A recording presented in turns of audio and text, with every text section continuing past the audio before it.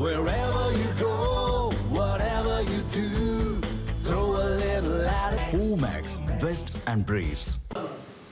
பாரத பிரதமர் திரு நரேந்திர மோடி அவர்களின் அறிவுறுத்தலின் அடிப்படையில் இந்திய பாராளுமன்றத்தில் இன்றைக்கு நம்முடைய மத்திய நிதி அமைச்சர் அவர்கள் அறிவித்திருக்கும் ஜிஎஸ்டி வரி மாற்றங்கள் என்பது உலகையே திரும்பி பார்க்க வைத்திருக்கிறது இந்தியாவை.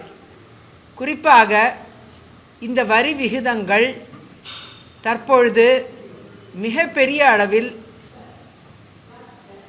மக்களுக்கு பயனுள்ளதாக அமையும் என்பதில் இருவேறு கருத்து இல்லை. இந்த ஜிஎஸ்டி வரி என்பது விதிக்கப்பட்ட பொழுது பல்வேறு ஐயங்கள் கேள்விகள் எழுப்பப்பட்டது. ஆனால் அந்த நேரத்தில் நாட்டின் கட்டமைப்புகள் உயர்த்தப்பட வேண்டும் என்ற கட்டாயம் இருந்தது. இன்றைக்கு நாட்டின் கட்டமைப்புகள் எந்த அளவுக்கு வளர்ந்திருக்கிறது என்பதை நீங்களே கண்கூடாக பார்க்கலாம். நகாய் சாலைகளாக இருக்கட்டும், மெட்ரோ ரயில் திட்டங்களாக இருக்கட்டும், ரயில் பாதைகளாக இருக்கட்டும், ரயில் இரட்டிப்பு பாதைகளாக இருக்கட்டும், மின்மயமாக்கலாக இருக்கட்டும், கணினிகள் அதிகமாக எல்லா துறைகளிலும் பயன்படுத்துவதாக இருக்கட்டும், குழந்தைகளின் நலன் மற்றும் பல்வேறு விஷயங்கள், படிப்பு, கல்வி மற்றும் சுகாதாரம் எல்லா வகையிலும் எம்பிபிஎஸ் சீட்ஸ் உயர்த்துவதாக இருக்கட்டும், மெடிக்கல் காலேஜஸ் அதிகமாக எல்லா மாநிலங்களுக்கும் அறிவிக்கப்பட்டு கட்டப்பட்டதாக இருக்கட்டும், எய்ம்ஸ் கட்டப்பட்டது போன்ற பல்வேறு விஷயங்கள் இன்றைக்கு நாட்டின் கட்டமைப்புகளை பன்மடங்காக உயர்த்தி இருக்கிறது. அந்த வகையில் இந்த ஜிஎஸ்டி வரி என்பது மாநிலங்களுக்கு வழங்கப்பட்டாலும் தேசிய அளவில் வளர்ச்சிக்கும் உதவி இருக்கிறது என்பதில் இருவேறு கருத்து இருக்க முடியாது. அதே நேரத்தில் மக்களுக்கு அதனுடைய பலனும் சென்றடைய வேண்டும் என்ற ஒரு காலகட்டம் ஏற்பட்ட உடனேயே அதற்குண்டான பார்வையில் இன்றைக்கு 28% இருந்த வரியெல்லாம் 5%ஆகவும் 12% இருந்தது 5 மற்றும் 0% குறைக்கப்பட்டு பெரிய அளவில் இதோடைய பலன் என்பது மக்களை சென்றடைந்திருக்கிறது. குறிப்பாக 22ஆம் தேதி அன்று இந்த வரி குறைப்பு என்பது அமலுக்கு வரவிருக்கிற சூழ்நிலையில் உணவுப் பொருட்கள், மெஜாரிட்டியான உணவுப் பொருட்கள் இன்றைக்கு 0 ஜிஎஸ்டி வரி என்று ஆக்கப்பட்டு இருக்கிறது. வரியே இல்லாத உணவு என்ற ஒரு சூழ்நிலை ஏற்படுவதற்கான சாத்தியக்கூறுகள் உருவாகி இருக்கிறது.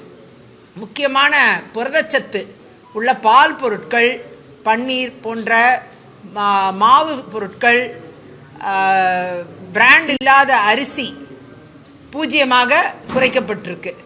அதே மாதிரி பிராண்ட் இல்லாத கோதுமையும் 0 குறைக்கப்பட்டிருக்கு. அதே பிராண்டடாக இருந்தால் அதை பேக்கேஜிங் செய்து பிராண்டட் அரிசி, பிராண்டட் கோதுமை அப்படி இருந்தால் அது 5% இருக்கிறது. குறிப்பாக வேண்டுமென்றே இன்னைக்கு பல்வேறு தரப்பு எதிர்க்கட்சிகள் இந்த ஜிஎஸ்டி வரி குறைப்பு என்பது மிகப்பெரிய வரவேற்பை பெற்றிருக்கக்கூடிய இந்த சூழ்நிலையில் பல்வேறு ஐயங்களை ஏற்படுத்தும் விதமாக அவதூறுகளை பரப்பி வருகிறார்கள். அதை கண்டனத்தோடு நாங்கள் பதில் சொல்ல விழைகிறோம். அரிசி மற்றும் கோதுமை ரெண்டுமே ஒரே மாதிரி தான் ட்ரீட் பண்ணுறாங்க. ஏதோ தென்னிந்திய பொருள் அரிசியாகவும் வட இந்திய பொருள் கோதுமையாகவும் இன்றைக்கு ஏவி விடப்படக்கூடிய ஒரு பார்வை இருந்து கொண்டிருக்கிறது. கோதுமையை நாமும் பயன்படுத்துகிறோம், அரிசியை வடநாட்டவர்களும் பயன்படுத்துகிறார்கள். அந்த விதத்தில் பிராண்டு செய்யப்பட்ட உரைகளில் அடைக்கப்பட்ட அரிசியாக இருக்கட்டும், கோதுமையாக இருக்கட்டும், அதற்கு 5% வரி நிர்ணயிக்கப்பட்ட சூழ்நிலையில் அதுவுமே குறைஞ்சிருக்கு. நமக்கு 12%லேருந்து 5% குறைஞ்சிருக்கு. அதே நேரம் பிராண்ட் இல்லாத அரிசி, அதே மாதிரி நெல் மற்றும் இந்த கோதுமை இது எல்லாமே 0% அறிவிக்கப்பட்டிருக்கு. ஆகையால் இந்த பேதங்களை வைத்து அவதூறு பரப்புவதை எதிர்க்கட்சிகள் தவிர்க்க வேண்டும் என்று கேட்டுக்கொள்கிறேன். தவறான விஷயங்களை மக்களிடம் கொண்டு சேர்ப்பதனால் மக்களுக்கு புரியாது என்று வந்துவிடாது. வரக்கூடிய புதிய ஜிஎஸ்டி ரெஜிம் 22ஆம் தேதியிலிருந்து அமலுக்கு வரக்கூடிய ஜிஎஸ்டி ரெஜிம் உண்மை நிலைமையை மக்களுக்கு நிச்சயமாக புலப்படுத்தும். ஆகையால் யாரையும் ஏமாற்ற முடியாது. எதிர்க்கட்சி விரோதமான பரப்புரைகளை நிறுத்திக் கொள்ள வேண்டும் என்று நான் கருதுகிறேன். ஜிஎஸ்டி உடைய வரி விகிதங்கள் காங்கிரஸ் காலகட்டத்தில் தான் அதுக்கு பிள்ளையார் சொல்லி போடப்பட்டது. ரெண்டையும் எப்படி பாக்குறீங்க? பாஜக செய்திருக்க சீர்திருத்தம் காங்கிரஸ் கொண்டு வந்ததிலிருந்து அடிப்படையில் எப்படி மாறுபடுது? மக்களுக்கு என்ன மாதிரியான பலன்கள் இதன் மூலம் கிடைக்கும் நினைக்கிறீங்க? அதாவது ஜிஎஸ்டி சட்டம் என்பது காங்கிரஸ் ஆட்சி காலத்தில் தான் கொண்டு வரப்பட்டது. அதன் பின்னர் அந்த சட்டத்தை மிகவும் வலிமைப்படுத்தி எந்தெந்த பொருட்கள், அதாவது காஸ்மெட்டிக்ஸு, பெரிய அளவில் விமான பயணங்கள், அது போன்ற ரொம்ப காஸ்ட்லி லக்ஸுரி ஹோட்டல்ஸில் உள்ள உணவுகளும், அந்த ரூம்ஸு ரெண்ட்டு, இது மாதிரி அதை மாதிரி ரொம்ப காஸ்ட்லியாக டைமண்ட், பிளாட்டினம், இது மாதிரி பொருட்களில் மிக அதிகமான வரி விகிதங்கள் விதிக்கப்பட்டது. அதே மாதிரி மதுபானங்கள், அதுக்கும் அதிகமான வரிகள் விதிக்கப்பட்டது. காரணம் எல்லாமே அது வந்து ஒரு ஹை கிளாஸ் யூஸ் பண்ணுற ஐட்டம்ஸு. ஆகையால் அதில் வரிகள் அதிகமாக தான் இருந்தது, அதை நான் இல்லைன்னு சொல்ல மாட்டேன். ஆனால் அதே நேரம் நடுத்தர மக்களும் சாமானிய மக்களும் ஏழைகளும் பயன்படுத்தக்கூடிய பொருட்களுக்கு கிட்டத்தட்ட 0 வரியாக இன்னைக்கு பாரதிய ஜனதா ஆட்சி, பிரதமர் மோடி அவர்களின் தலைமையிலான ஆட்சி, திருமதி நிர்மலா சீதாராமன் அவர்கள் அறிவிப்பு என்பது 0 உணவுப் பொருட்களுக்கு 0 இன்னைக்கு இருக்குது. அதாவது பழங்களாக இருக்கட்டும், மக்கள் பயன்படுத்துகிற மருந்து பொருட்கள், குறிப்பாக கேன்சருக்கு உண்டான மருந்து பொருட்கள் எல்லாம் இன்னைக்கு 12லேருந்து 5% 2 வரியான வரிகள் அதில் இருந்தது. இப்போ அது 0 வரியாக மாறி இருக்கு. இதனால் கேன்சருக்கு உண்டான மருந்துகள் மிக விலை குறைவாக கிடைப்பதற்கான வாய்ப்புகள் இருக்குது. அதே மாதிரி மக்கள் மருந்தகம், மத்திய அரசுடைய மிக சிறந்த திட்டமாகிய மக்கள் மருந்தகத்தில் கேன்சருக்கு உண்டான இந்த மருந்துகள் இன்னும் 50% விலையிலையும் 25% விலையிலையும் கிடைக்க வாய்ப்பு இருக்குது. ஆகையால் வரி குறைப்பு மட்டும் இல்லை, விலையும் ரொம்ப குறைவதற்கான சாத்தியக்கூறுகள் இருக்குது. ஆகையால் இப்போ ஆங்கில மருந்துகள் மற்றும் ஆயுர்வேத மருந்துகள் இது எல்லாமே 12%லேருந்து 18%லேருந்து 5% குறைந்திருக்கிறது. சில மருந்துகள், குறிப்பாக சத்து மருந்துகள், அதெல்லாம் 0% கூட ஆகிறதுக்கு வாய்ப்புகள் இருக்குது. ஆகையால் இப்போ நமக்கு வந்து செலவினம் என்பது ஒரு சாமானிய குடும்பம் 1000 ரூபாய் வரைக்கும் உணவுப் பொருட்களில் ஒரு மாதத்துக்கு, சாமானிய ஏழை குடும்பம் 1000 ரூபாய் வரைக்கும் ஒரு மாதத்துக்கு மிச்சம் பிடிக்கலாம். அதே மாதிரி கழிவறைக்கு பயன்படுத்துகிற சுத்தம் செய்யும் பொருட்கள், இந்த பொருட்கள், வீடு சுத்தம் செய்யும் பொருட்கள், இதையெல்லாம் நாம் வந்து சராசரியாக ஒரு குடும்பத்திற்கு, ஒரு நடுத்தர ஏழை குடும்பத்திற்கு 100லிருந்து 300 ரூபாய் வரைக்கும் நமக்கு அந்த வரியே குறையிறதுக்கான வாய்ப்புகள் இருக்குது. அதே மாதிரி பார்த்திங்கன்னா ஒரு 500 ரூபாய் வரைக்கும் சாதாரணமாக விலை குறைப்பு என்பது ஏற்படுறதுக்கு வாய்ப்பு இருக்குது. இதனால் ஒரு சாமானிய குடும்பத்துக்கு 1800 ரூபாய் நமக்கு அடுத்த மாதத்திலிருந்து குறைவதற்கான, சாமானிய குடும்பத்திற்கு, நடுத்தர குடும்பம் மற்றும் அடிமட்ட மக்களுக்கான ஒரு வரி குறைப்பு என்பது இந்த அளவுக்கு இருக்கும். ஆகையால் அது ஒரு பெரிய விஷயமாக நான் பார்க்குறேன். அந்த வகையில் செலவினம் குறைய சேமிப்பும் அதிகமாகும். சேமிப்பு அதிகமாக மக்களுடைய வாழ்க்கை திறன் அதிகமாகும். வருடாந்திர ஏர்னிங் கெப்பாசிட்டி, ஒருவருக்கான அந்த சம்பளம் என்பது கையில் அதிகமாக இருக்கக்கூடிய வாய்ப்புகள் இருக்கிறது. நல்ல பொருட்களை, நல்ல வாழ்க்கையை, இன்னும் தரமான வாழ்க்கையை அனுபவிக்கிறதுக்கு மக்களுக்கு வாய்ப்புகளை இது ஏற்படுத்தி தருங்கிறது என்னுடைய நம்பிக்கை. அந்த வகையில் நான் ஒரே ஒரு கோரிக்கை வைப்பதெல்லாம் என்னென்னா, இவ்வளோ பெரிய ஜிஎஸ்டி விலை குறைப்பு என்பது மீனவர்கள், விவசாய பெருமக்கள் குறிப்பாக பலனடையக்கூடிய அளவுக்கு இன்றைக்கி மீனவர்கள், மீனவ தடவாளங்கள் மட்டும் கிடையாது, உபகரணங்கள் மட்டும் கிடையாது, மீன் பதப்படுத்தப்பட்ட மீன்கள், இதுதான் வந்து அவங்களோட மெயின் வியாபாரம். அந்த வியாபாரம் வந்து இன்னைக்கு எக்ஸ்போர்ட்டும் ஆகுது பெரிய லெவலில். அந்த வியாபாரத்தில் கூட மீனவர்கள் பயன்படுத்துகிற எல்லா பொருட்களுக்கும் அதோடைய வரி விகிதங்கள், வியாபாரத்தில் இருக்கக்கூடிய வரி விகிதங்களும் மிகவும் குறைஞ்சிருக்கு. விவசாய பொருட்களுக்கும் நிறைய விவசாய உபகரணங்கள் எல்லாமே 0% ஆக்கியிருக்காங்க. ஆகையால் இன்னைக்கு விவசாயத்துக்கும் மீன் தொழிலுக்கும் மிக முக்கியத்துவம் இந்த ஜிஎஸ்டி வரியில் அளிக்கப்பட்டிருக்கு. தொழில்துறையிலையும் பெரிய அளவில் எம்எஸ்எம்இ, குறிப்பாக medium enterprise and small enterprise, சிறு குறு தொழில்கள் வளர்வதற்கான அனைத்து சாத்தியக்கூறுகளும் ஏற்படுற அளவுக்கு ஜிஎஸ்டி வரி குறைப்பு என்பது எம்எஸ்எம்இ துறையிலையும் பெரிய அளவில் இருக்கக்கூடிய இந்த சூழ்நிலையில் நாம் இதை மிகவும் அன்போடும் ஆதரவோடும் அரசாங்கத்தை வாழ்த்தியும் இன்னைக்கு வரவேற்கக்கூடிய சூழ்நிலையில் அனைத்து கட்சிகளும் வரவேற்றிருக்காங்க. அதில் இருவேறு கருத்திலே அதற்கு வரவேற்ற ஒவ்வொருவருக்கும் இந்த நேரத்தில் நான் நன்றி பாராட்டுகிறேன். அதே நேரத்தில் நான் வைக்கக்கூடிய ஒரே ஒரு கோரிக்கை வியாபாரிகளிடம் என்னவென்றால், அரசாங்கம் தந்திருக்கக்கூடிய, மத்திய அரசு தந்திருக்கக்கூடிய இந்த ஜிஎஸ்டி வரி குறைப்பு என்பது மக்களை சென்றடைய வேண்டும். ஆனால் விலை உயர்வை செய்து இதை மக்களை சென்றடைய விடாமல் செய்து விடாதீர்கள். வியாபாரிகளாகிய நீங்கள் கவனமாக பார்க்க வேண்டியது என்னவென்றால், இது மக்களை சென்றடைந்தால்தான் மக்களுக்கு ஆஸ்வாசம் கிடைக்கும். அப்பொழுதுதான் அவர்களுக்கு வாழ்க்கையில் அவர்கள் வாழ்க்கை தரம் உயர்வதற்கான ஒரு வாய்ப்பை நாம் தடுத்துவிடக்கூடாது. ஆகையால் வியாபாரிகளும் சரி, விற்பனையாளர்களும் சரி, ஹோல்சேல் வியாபாரிகள், ரீட்டைல் வியாபாரிகள் விலையேற்றம் செய்து விடுவார்கள். அது ஒரு ஆபத்து இருக்கிறது. அந்த ஆபத்தை தவிர்க்க வேண்டும். ஹோல்சேல் வியாபாரிகளும் அந்த பலனை ரீட்டைல் வியாபாரிகளுக்கு தர வேண்டும். ரீட்டைல் வியாபாரிகள் அந்த பலனை சாமானிய மக்களுக்கு தர வேண்டும். இதில் தவறு செய்வார்களே ஆனால் நிச்சயமாக இது பொதுமக்களை உறுதியாக பாதிக்கும்.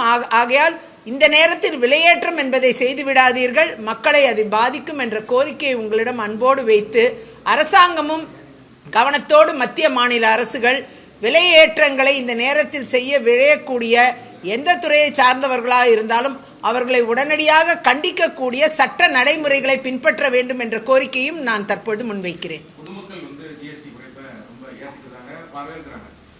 தமிழக அரசுடைய நிதியமைச்சராகட்டும், சட்டமன்ற சபாநாயகராகட்டும் எல்லாருமே சொல்லும்போது இது பெரிய ஒரு நிதி இழப்பு அப்படிங்கிறாங்க.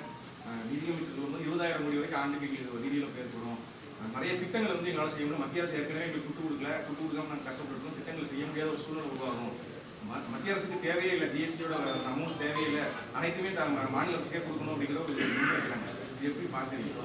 இல்லை, அதாவது மத்திய அரசு கட்டமைப்புகளை இந்தியா முழுக்க தமிழ்நாடு என்று பிரித்து பார்க்காமல், கேரளா என்று பிரித்து பார்க்காமல், மேற்கு வங்கம் என்று பிரித்து பார்க்காமல், தில்லி என்று பிரித்து பார்க்காமல், ஒரு சேர குஜராத் என்று பிரித்து பார்க்காமல் ஒரு சேர அனைத்து மாநிலங்களும் வளரக்கூடிய அளவிற்கு இன்றைக்கு மெட்ரோ திட்டங்களாக இருக்கட்டும், நீர்நிலை திட்டங்களாக இருக்கட்டும், நகாய் சாலைகளாக இருக்கட்டும், எல்லா கட்டமைப்புகளும் ஒரே மாதிரி உயர்த்துகிற இடத்தில் மத்திய அரசின் நிதியம் என்பது ரொம்ப அவசியமான ஒன்று. அதே நேரம் மாநில அரசின் பங்களிப்பு என்பது தந்து கொண்டு தான் இருக்கிறார். தமிழ்நாட்டில் 11 லட்சம் கோடி இது வரைக்கும் கொடுத்துருக்காங்க.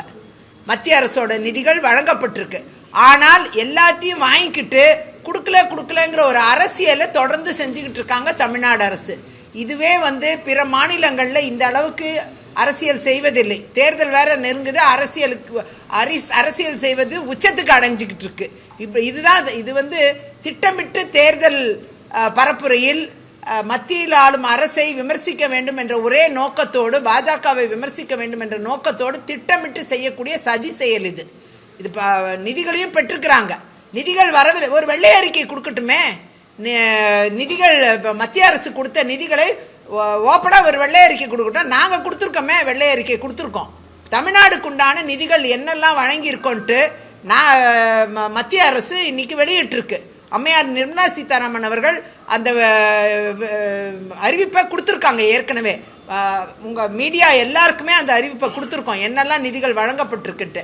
அந்த வகையில் மாநில அரசு அவங்க பெற்றுக்கொண்ட நிதிகளை அவங்க ஓப்பனாக சொல்லட்டுமே. எதுக்கு மறைக்கிறாங்க? பட்ஜெட்டில் மட்டும் படிப்பாங்க. சட்டமன்ற பட்ஜெட்டை நீங்கள் பார்த்தீங்கன்னா மத்திய அரசுலேருந்து பெறப்பட்ட திட்டங்களை, அந்த திட்டத்தோட பெயரை சொல்லி அதில் இவ்வளோ நிதிகள் வந்திருக்குன்னு சொல்லி அந்த நிதிகள் இன்னென்ன பயன்பாட்டுக்கு தமிழ்நாட்டில் அலோகேஷன் பண்ணுறோம் அப்படிங்கிறத பட்ஜெட் உரையில் இருக்குது. எல்லா பட்ஜெட் உரையிலையும் இருக்குது, தமிழ்நாடு அரசோட பட்ஜெட் உரையிலையும் இருக்குது. அதையும் பண்ணிவிட்டு அதுக்கப்புறம் நிதிகள் தரலன்னு பேட்டி மட்டும் கொடுத்துக்கிட்டு இருக்காங்க. அது தவறான ஒன்று. அவர்களோட பட்ஜெட் உரையை அவர்களே போய் பார்க்கணும்னு நான் நினைக்கிறேன். அந்த வகையில் தவறான பரப்புரையை நிறுத்தி கொள்ள வேண்டும். இல்லை என்றால் உண்மை நிலையை எடுத்து சொல்வதற்கு எங்களுக்கு நேரம் நிச்சயமாக இருக்கிறது. எடுத்து கூறினோமானால் நிச்சயமாக மக்கள் இதை புரிந்து கொள்வார்கள். உங்களுடைய பொய்யான பித்தலாட்டமான விஷயங்களை நிச்சயமாக புரிஞ்சுக்குவாங்க. தேர்தல் பரப்புரையிலையும் இதை நாங்கள் செய்யவிருக்கிறோம். என்னென்ன நிதிகள் தமிழ்நாட்டிற்கு வழங்கப்பட்டிருக்குங்கிற உண்மையை போட்டு நிச்சயமாக உடைக்கவிருக்கிறோம். 11 லட்சம் கோடியை பெற்றுக்கொண்டு இல்லைன்னு சொல்வது மிகப்பெரிய துரோகம், அநியாயம், மக்களுக்கு செய்யக்கூடிய அநியாயம். அவங்க வருவாய் இழப்புன்னு சொல்கிறது எதுன்னா மக்களை கொடுமைப்படுத்துங்கிறாங்க. அதோட மீனிங் அதுதான். நீங்கள் உங்களுக்கு ஒரு மாதம் ஒரு தனிநபர் உங்களுக்கு ஒரு 1800 ரூபா மிச்சமாகுது, ஒரு மாதம் 2000 ரூபா வரைக்கும் மிச்சமாகுது.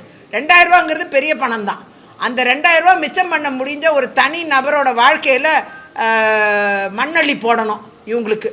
அதுக்கு தான் இவங்க ஜிஎஸ்டி வரி விகிதத்தை ஏன் குறைச்சிங்கன்னு கேள்வி கேட்குறாங்க. அப்போனா இவங்க மக்கள் விரோத சக்தி இல்லையா? திமுக என்பது மக்கள் விரோத சக்தி. அதே மாதிரி திமுக என்பது தமிழன் விரோத சக்தி. தமிழ் மக்களை எதிர்த்து இன்னைக்கு தமிழ்நாட்டுக்கு வரி குறைப்பு வேண்டாங்கிறாங்க. இது என்ன நியாயம்? இது தமிழனுக்கு அந்த வரி குறைப்பு வந்து சேர வேண்டாமா? இது நியாயமான கேள்வி தானே? இது தமிழ் மக்கள் மட்டும் என்ன புறக்கணிப்பட்ட மக்களா? அவங்களுக்கு இந்த வரி குறைப்பு என்பது சென்று சேரக்கூடாதா? திமுகவோட எண்ணங்கள் இப்போ புரியுது இல்லையா? அவங்களோட உண்மையான முகம் என்பது மக்கள் புரிந்து கொள்ள வேண்டும். இப்படி மத்தியில் இருக்கும் அரசு வரியை குறைச்சு ஜனங்களுக்கு அதோட பலனை கொண்டு சேர்க்கணும். ஒரு மாதத்துக்கு 2000 ரூபா 3000 ரூபா மிச்சம் பண்ணலாம். ஒரு மேல்தட்டு நடுத்தர மக்கள், கீழ்த்தட்டு மக்கள் சராசரியாக 1000லேருந்து 3000 ரூபா வரைக்கும் ஒரு மாதம் குறையுது. 3000 ரூபா கையில் இருந்ததுன்னா நாம் எவ்வளோ விஷயங்கள், 3000 rupees is a big money. அதை நிச்சயமாக அதை வச்சு நம்ம எவ்வளோ விஷயங்களை செய்யலாம். ஒரு சேமிப்பு பண்ணால் கூட ஒரு வருஷத்தில் 3000 ரூபாங்கிறது 48,000 ரூபாய், கிட்டத்தட்ட 50,000 ரூபா மிச்சம் பண்ணுறோம் ஒரு வருஷத்துக்கு. இப்போது அரை லட்சம் நாம் சேமிக்கிறோம். அது ஒரு சேமிப்பாக ஏன் பார்க்கக்கூடாது? மக்கள் கையில் பணம் இருக்கக்கூடாது, எல்லாத்தையும் பிடுங்கிருங்கன்னு சொல்கிறது தான் திமுக. திமுகவோட உண்மை முகத்தை புரிஞ்சுக்குங்க. இதுதான் உண்மை நிலைமை. என்ன செஞ்சாலும் பரவாயில்ல, அவங்களோட எல்லாருமே பிரிஞ்சு கிடக்காங்க. வருகின்ற சட்டமன்ற தேர்தலும் திமுக தான் வெற்றி பெறும் சொல்லி நேற்று முதலமைச்சர் அதில் முப்பொருளால பேசுகிறார். எப்படி பார்க்குறீங்க? அவரோட கான்ஃபிடென்ஸு இதை வச்சு தான் இருக்குது. எதிரில் இருக்கிற அணி பிரிஞ்சிருக்கா சேர்ந்துருக்கா அதை பொறுத்து தான் ஜெயிப்போங்கிறத அவர் நினைக்கிறாரு. தாங்க செஞ்ச நல்ல விஷயங்கள் என்னெல்லாம் அப்படிங்கிறத சொல்லி ஜெயிப்போங்கிறத அவர் சொல்லலை. அதுதான் இதில் வேடிக்கை. என்னெல்லாம் நல்லது தமிழ்நாடு மக்களுக்கு, இந்த தமிழனுக்கு என்னெல்லாம் நல்லது செஞ்சேன் அப்படிங்கிறத சொல்லி நாங்கள் ஜெயிப்போம் சொல்லியிருந்தா மகிழ்ச்சி, ஓகே, அது கூட நம்ம அங்கீகாரப்படுத்தலாம். அதுதான் பெரும்பாலான தேர்தல் அறிக்கையை நிறைவேற்றிருந்தா ஏன் இவ்வளோ ஆன்டி இன்கம்பன்சி இருக்க போகுது? இன்னைக்கு தமிழ்நாட்டில் சிவியர் ஆன்டி இன்கம்பன்சி. மக்கள் வெறுப்பில் இருக்காங்க, நிறைய விஷயங்களில் கோபத்தில் இருக்காங்க. ஆனால் எதிர்கட்சிகள் பிரிஞ்சு கிடக்கிறத வச்சு தான் இவங்க ஜெயிக்க முடியுங்கிறது இவங்க அதை தான் வியூகமாக வச்சுருக்காங்க. மக்களுக்கு நல்லது செஞ்சால் அதனால நம்ம ஜெயிப்போங்கிறது அவங்களுக்கே நம்பிக்கை இல்லை. அதுதான் உண்மை. அமித்ஷா பார்க்கும்போது கூட எடப்பாடியால தன் முகத்தை கூட காட்ட முடியாத சூழ்நிலையா கட்சிக்கு வச்சு மறைச்சிட்டு போகக்கூடிய சூழ்நிலை தான் இப்போ தமிழகத்தில் இருக்கிற மாதிரி சொல்றாரு. அது ஒரு தவறான நியூஸ்ன்னு நான் நினைக்கிறேன். ஆக்சுவலாக அவர் வேர்த்திருக்கு, அவர் தொடச்சிருக்காரு மூஞ்ச. அதை வச்சு உடனே ஒரு செய்தியை போட்டு மூஞ்ச மறைக்கிறாரு. அமித்ஷாஜியை பார்த்து அவர் ஷால் போட்ட ஃபோட்டோவே வெளியில் வந்துருச்சு. வந்த பிறகு எதுக்கு அவர் துணியை வச்சு மறைக்கணும்? அவர் முகம் தொடச்சிருக்கிறாரு. அதை வச்சு ஒரு நியூஸ் போடுறதுக்கு திமுக ஊடகங்கள் பின்னாடியே திரியிறாங்க. இதுதான் உண்மை. ஆகையால் திமுக ஊடகங்களுக்கு கொஞ்சம் மக்கள் நிச்சயமாக முட்டாள்தனமான வேலையை செய்கிறாங்கங்கிறத புரிஞ்சுக்கணும். அமித்ஷாஜியை பார்த்து ஃபோட்டோவே வெளிவந்த பிறகு முகத்தை தொடச்ச இபிஎஸ் எடப்பாடி அவர்களை விமர்சனம் செய்கிறது ஒரு தப்பான நடைமுறை. மக்களாகிய நீங்கள் புரிந்து கொள்ள வேண்டும். ஒரு துணியை கைக்குட்டையை வச்சு முகத்தை தொடச்சா கூட மறைச்சிக்கிறோன்னு சொல்ற இந்த உலகத்தை நீங்க தரம் பிரிச்சு பாருங்க. அப்பதான் இது மோசமான தரங்கட்ட ஒரு அரசியல் திமுக இருக்குங்கிறத நீங்க புரிஞ்சுக்குவீங்க.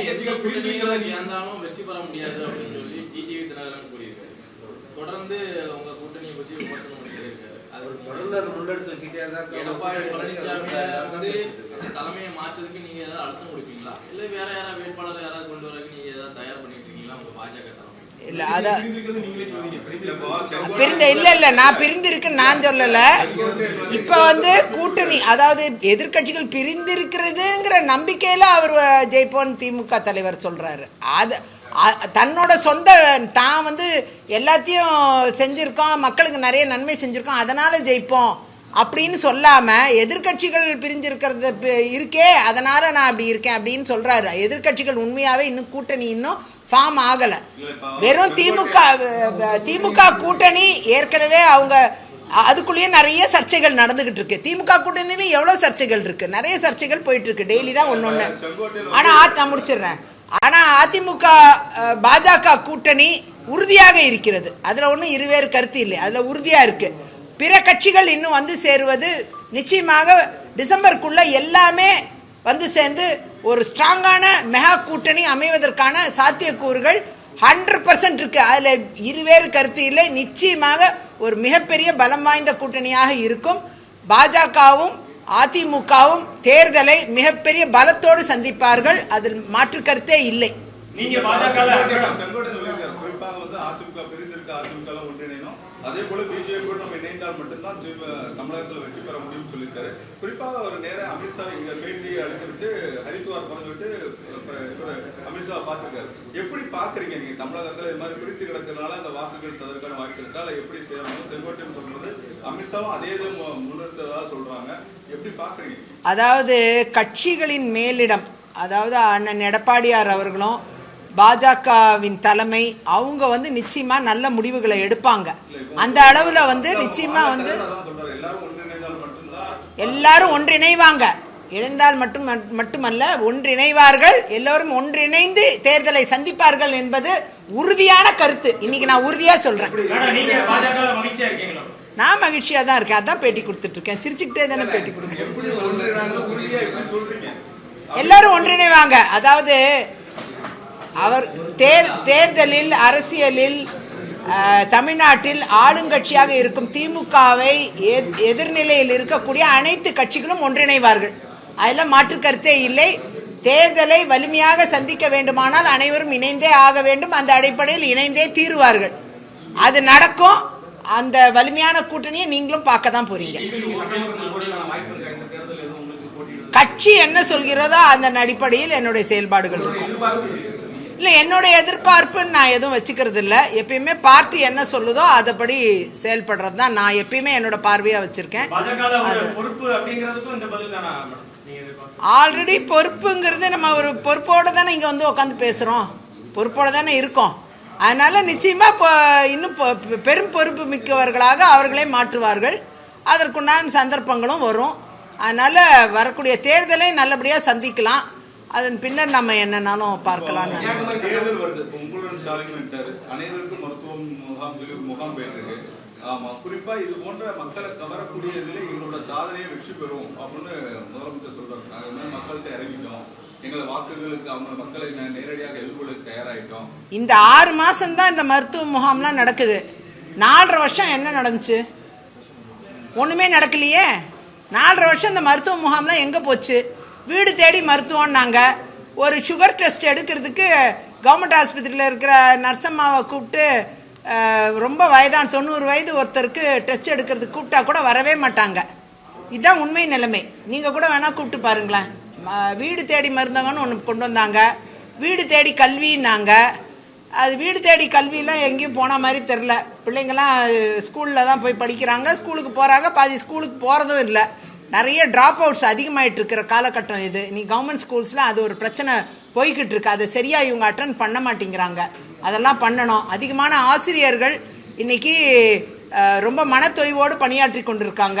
ஓல்டு பென்ஷன் ஸ்கீம் வேணும்ன்ட்டு இன்றைக்கி ஆசிரியர்களும் மற்றும் அரசு அதிகாரிகளும் தொடர்ந்து கேட்டுக்கிட்டு இருக்காங்க. இந்திய அளவில் பெரிய மாற்றத்தை கொண்டு வந்திருக்கோம். ஆனால் தமிழ்நாட்டில் மட்டும் அந்த மாற்றம் கிடையாது.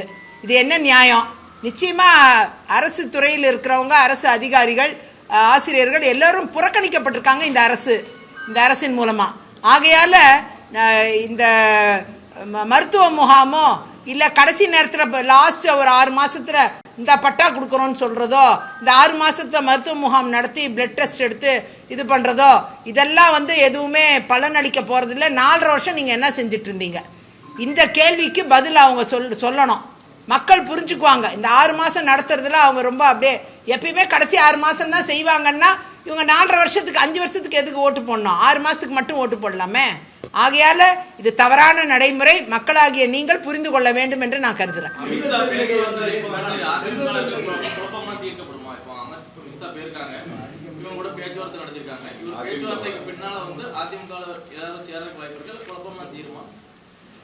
இல்லை, அதிமுகங்கிறது அது ஒரு தனி பெரும் கட்சி. அந்த கட்சியில் அண்ணன் எடப்பாடியார் அவர்கள் அதன் தலைவராக இருந்து கொண்டு பொதுச் செயலாளராக இருக்கிறாரு. அந்த வகையில் அந்த கட்சிக்குள்ளே இருக்கக்கூடிய அதிருப்திகள் எதுவாக இருந்தாலும் அவர்கள் அதை நிச்சயமாக சரி செய்வார்கள். அதற்கு பாரதிய ஜனதா கட்சி தன்னால் இயன்ற உதவியை செய்யுமே தவிர அவங்க கட்சி நடத்துறதுல நாம போய் எதுவும் செய்ய முடியாது. ராஜேந்திர பாலாஜி சொல்ற மாதிரி டாடி ஏதாவது செய்வாரா? ராஜேந்திர பாலாஜி எல்லாம் மேல இருக்க பார்த்தாங்க டாடி செய்வாருன்னு மாதிரி எதுவும் செய்ய வாய்ப்பு இருக்கா?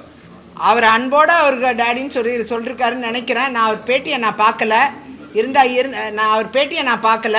ஆனால் அதே நேரம் அன்பாக யார் அழைத்தாலும் அதை ஆசையோடு நாம் ஏற்றுக்கொள்ள வேண்டும். அந்த வகையில் நிச்சயமாக எல்லாம் சரி செய்யப்படும்.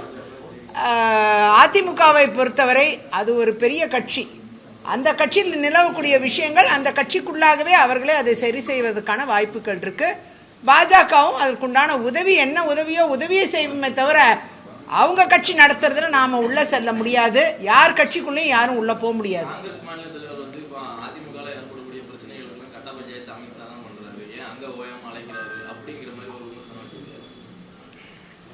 காங்கிரஸ்ல நடக்கிற குரூப்பிசம் சண்டைக்கெல்லாம் கட்ட பஞ்சாயத்து நம்முடைய முதலமைச்சர் திரு மு.க. ஸ்டாலின் அவர்கள் தானே செஞ்சுக்கிட்டு இருக்காரு. இது உங்களுக்கு தெரியாதா? அதெல்லாம் அதை கொஞ்சம் போய் பாருங்க. முழுக்க முழுக்க திமுகவின் அடிமைகளாகவும் அடிவருடிகளாகவும் இருக்கிறது தான் காங்கிரஸ். அதனால நிச்சயமா முதல்ல அவங்கள திருத்திக்கிட்டோம், அப்புறம் அடுத்தவங்களுக்கு அவங்க அட்வைஸ் பண்றதோ விமர்சனம் பண்றதோ அடுத்தவங்களுக்கு அப்புறம் பண்ணட்டும். ஆமை புகுந்த இடம் போல பாஜக புகுந்த இடம் மோசமாயிரும் அப்படின்னு ஒரு விமர்சனம் தெரியுது.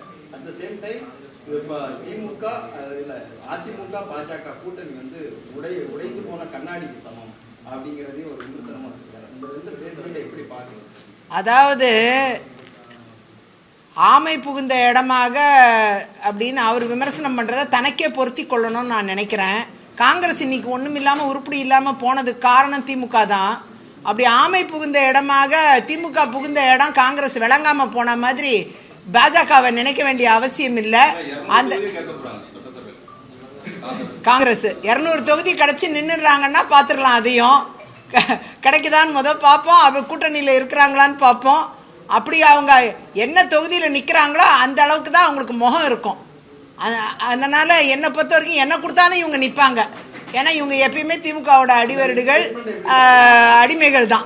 அந்த ரெண்டு ஸ்டேட்மெண்ட் எப்படி பாக்குறீங்க? ஆமை புகுந்த இடம்னு சொன்னதையும் அல்லது உடைந்து போன கண்ணாடி தான் அதிமுக பாஜக அது காங்கிரஸுக்கு நன்றாக பொருந்தும். உடைந்து போன கண்ணாடி காங்கிரஸ். ஏன்னா அதுக்குள்ள குரூப்பிசத்துக்கு அளவே கிடையாது. அந்த அளவுக்கு குரூப்பிசம் பண்ணி அந்த காங்கிரஸ் கட்சியை சுக்குநூறாக உடைச்சிட்டாங்க. அது துண்டு துண்டாக உடஞ்சி போன கண்ணாடி அது. அந்த கண்ணாடியை வச்சுக்கிட்டு எதிரில் இருக்க கண்ணாடியை பற்றி பேச வேண்டிய அவசியம் இல்லை அவர். அதே நேரம் ஆமை புகுந்த இடம் காங்கிரஸ்குள்ளே திமுக புகுந்து தான் ஆமை புகுந்தா பார்க்கணும். இந்த அந்த ஆமை பெரிய ஆமை. அது உள்ள புகுந்து காங்கிரஸை ஒன்றுமில்லாமல் ஆக்கி தரமட்டமாக இன்னைக்கு உட்கார வச்சிருக்குன்னா காரணம் அது எவ்வளோ பெரிய ஆமையாக இருக்கும், எவ்வளோ பெரிய ஆபத்தாக இருக்குங்கிறத அவங்க காங்கிரஸ் புரிஞ்சுக்குவாங்கன்னு நான் நினைக்கிறேன். அதுதான் நான் நம்புகிறேன். காங்கிரஸ் தொண்டன் ஒவ்வொருத்தருக்கும் நல்லா தெரியும் அவங்க இன்னைக்கு இருக்கிற நிலைமை என்ன நிலைமைன்னு அவங்களுக்கு நல்லா தெரியும். காங்கிரஸ்குள்ளேயே இவ்வளோ குழப்பத்துக்கும் காரணம் திமுக தான், வேற யாருமே கிடையாது.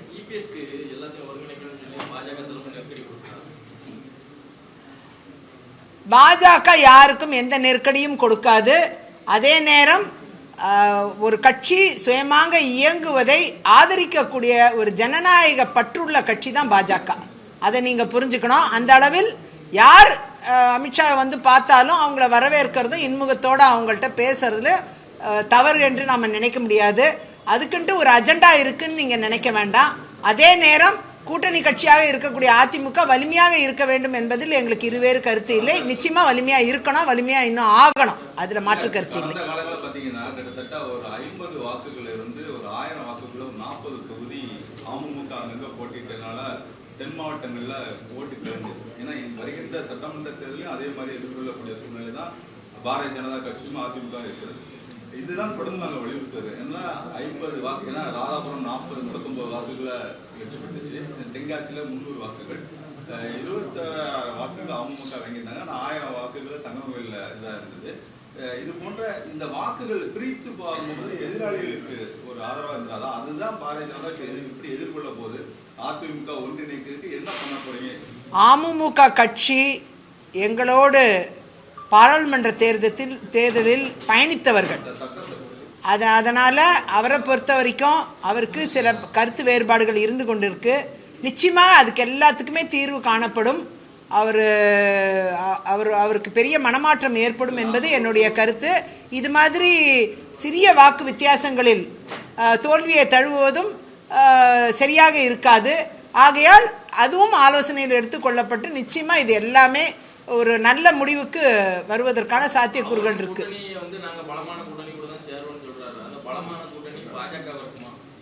நிச்சயமா பாஜகவா தான் இருக்கும், அதுல இருவேறு கருத்து இல்லை. அது ஒன்றும் இது வரைக்கும் யாருமே பேசின மாதிரி எனக்கு செய்தி இல்லை.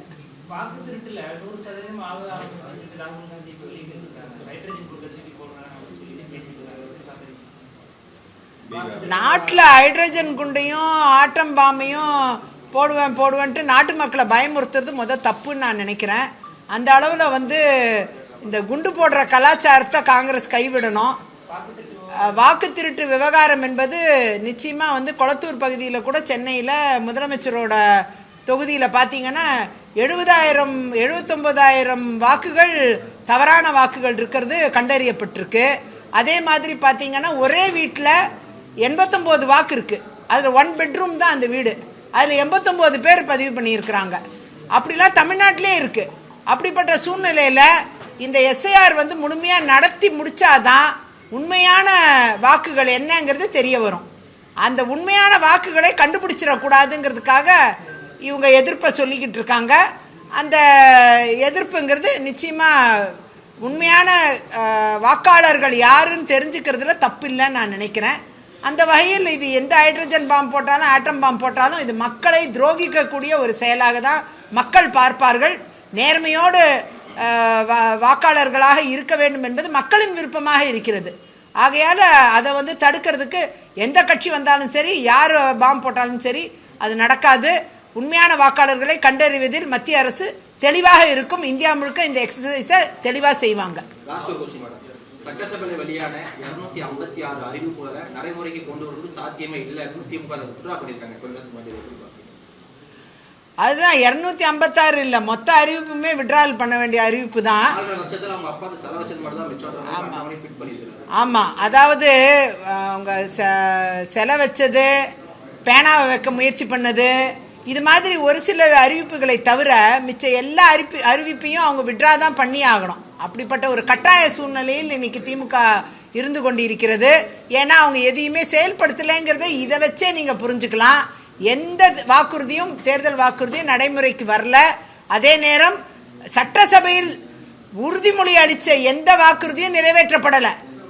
ஒரு 10 வாக்குறுதி 10 கோரிக்கைகள் ஒவ்வொரு எம்எல்ஏவும் கொடுக்கலான்ட்டு கொடுத்துருந்தோம். அந்த 10 கோரிக்கையை ஏற்றுட்டு அதில் ஒரு கோரிக்கை கூட என்னோட தொகுதியில் நிறைவேற்றலை. இதுதான் உண்மை, இதுதான் உண்மை நிலைமை. அப்படி இல்லை, இப்போ ஏற்கனவே பொறுப்பில் இருக்கேன், செயற்குழு உறுப்பினராக தான் இருக்கேன். ஆல்ரெடி ஒரு பொறுப்பு இருக்குது. அந்த இல்லை எதுவும் கேட்கல. அந்த வகையில் நல்ல இப்போ கூட ஒரு நல்ல பொறுப்பில் தான் உட்காந்து உங்கள் முன்னாடி பேசிக்கிட்டு இருக்கேன். இதை விட நல்ல பொறுப்புகளும் இன்னும் வருங்கிறது என்னுடைய நம்பிக்கை. இல்லை, நீங்கள் அப்படி அழைப்பு விட்டால் அழைப்பு விடலைன்னா அப்படின்னு இல்லை. நீங்கள் அந்த மாதிரி டக்குன்னு ஒருத்தரை பேசுகிறதே தப்புன்னு நான் நினைக்கிறேன். அந்த மாதிரி கேள்விகளை முன்வைக்கிறது கொஞ்சம் நல்லா யோசித்து முன்வைங்க.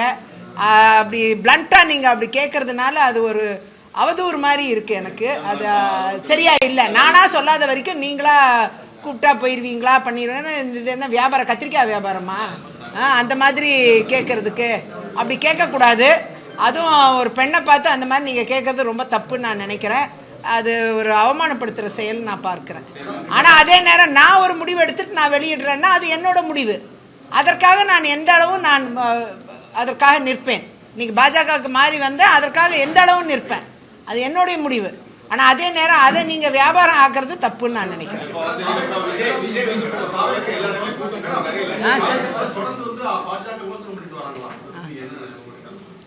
அவர் பாஜக தன்னுடைய கொள்கை விரோதின்னு தாவேக தலைவர் சொல்லியிருக்கிறாரு. அது அவர் திமுக தன்னுடைய அரசியல் விரோதின்னு சொல்லியிருக்கிறாரு. அண்ணாவையும் எம்ஜிஆரையும் வச்சு அரசியல் பண்ணுறாரு. ஒரு குழப்பமாக தான் இருக்குது, தெளிவே இல்லாத மாதிரி இருக்குது. இன்னும் அவர் கொஞ்சம் நல்ல தெளிவாக வந்தாருன்னா எல்லாருக்கும் புரியும் அவர் என்ன மாதிரி அரசியல் பண்ணுறாருன்னு நம்ம அப்போ புரிஞ்சுக்கலாம்.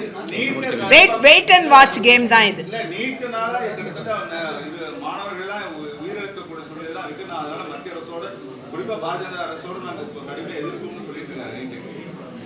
நீட்டில் பலன் பெற்ற மாணவிகளை அவர் சந்திக்கணும்னு நான் நினைக்கிறேன். இப்போ அவர் ஒரு நீட்டினால் பலம் பெற்று மருத்துவக் கல்லூரிகளில் படிக்கக்கூடிய மாணாக்கர்களை அவர் வரவழைத்து அவங்களுக்கு நீட் மூலமாக சீட்டு கிடச்சிருக்கு அப்படின்னு ஒரு விருது கொடுக்க சொல்லணும் விஜய் அவர்களை. ஆமாம், அப்படி ஒரு விருது கொடுத்தாருன்னா எத்தனை பேர் அவர் கையால் விருது வாங்குறாங்களோ அப்போ அவர் புரிஞ்சுக்குவார் நீட்னால் பலனடைந்த குழந்தைகள் எவ்வளோ பேர் இருக்காங்கன்னு. அப்போ அந்த விஷயத்தை அவர் கைவிடுவார். அப்பதான் கைவிடுவார் விஜய் அவர்கள்.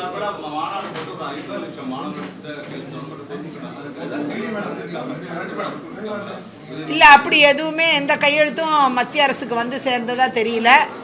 அப்படி ஒரு கையெழுத்து இயக்கத்தை நடத்தி பிரபலப்படுத்தினாங்க. ஒரு அட்வர்டைஸ்மெண்ட்டுக்காக, விளம்பரத்துக்காக தான் பண்ண மாதிரி தெரியுது. அதில் எதுவும் உண்மைத்தன்மை இருக்கிறதா தெரியல.